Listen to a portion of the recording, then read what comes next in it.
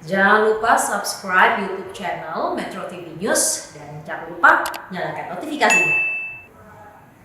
Pemirsa, Indonesia resmi menerima presidensi G20 dari Perdana Menteri Italia Mario Draghi dan akan menjadi tuan rumah konferensi tingkat tinggi atau KTT G20 pada tahun 2022 mendatang. Presiden Joko Widodo berjanji presidensi Indonesia nantinya akan mendorong upaya bersama untuk pemulihan ekonomi dunia pasca pandemi COVID-19. Indonesia resmi menerima presidensi atau keketuaan G20 dari Perdana Menteri Italia Mario Draghi dan akan menjadi tuan rumah konferensi tingkat tinggi KTT G20 pada tahun 2022 mendatang. Presiden Joko Widodo menerima presidensi G20 ini saat penutupan KTT G20 di Roma, Italia hari Minggu waktu setempat. Finally, it is now my great pleasure to hand over the G20 presidency to President Widodo. I wish Indonesia all the best in the coming year, and I trust that under your leadership, we will manage to, quote, recover better, recover stronger, as the motto of your presidency says. Thank you all.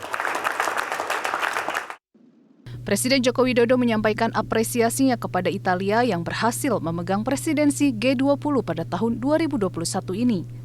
Presiden berjanji presidensi Indonesia nantinya akan mendorong upaya bersama untuk pemulihan ekonomi dunia pasca pandemi dengan mengangkat tema besar Recover Together, Recover Stronger.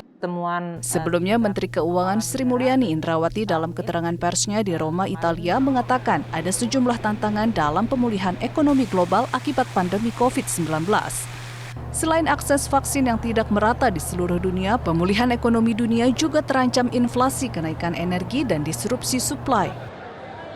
Waktu permintaan pulih dengan cepat dan kuat, ternyata supply side-nya nggak mengikuti. Apakah itu terdiri dari disruption di pelabuhan, sehingga barang-barang tidak bisa diangkut karena sopirnya ternyata tidak ada, atau supply disruption berdasarkan tadi bahan baku yang tidak bisa dideliver sehingga barangnya tidak bisa dibuat di dalam manufaktur.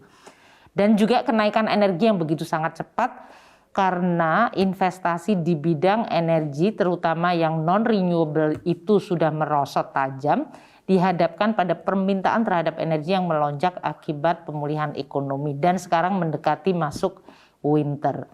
Sehingga ini mendorong inflasi yang tinggi di berbagai negara. Ini menjadi ancaman pemulihan ekonomi global.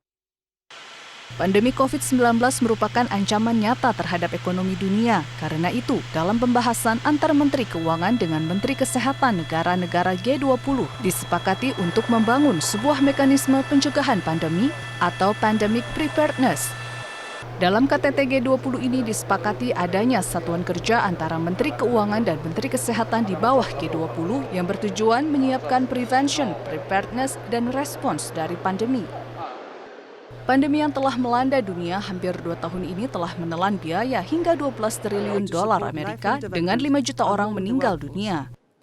Tim Liputan Metro TV.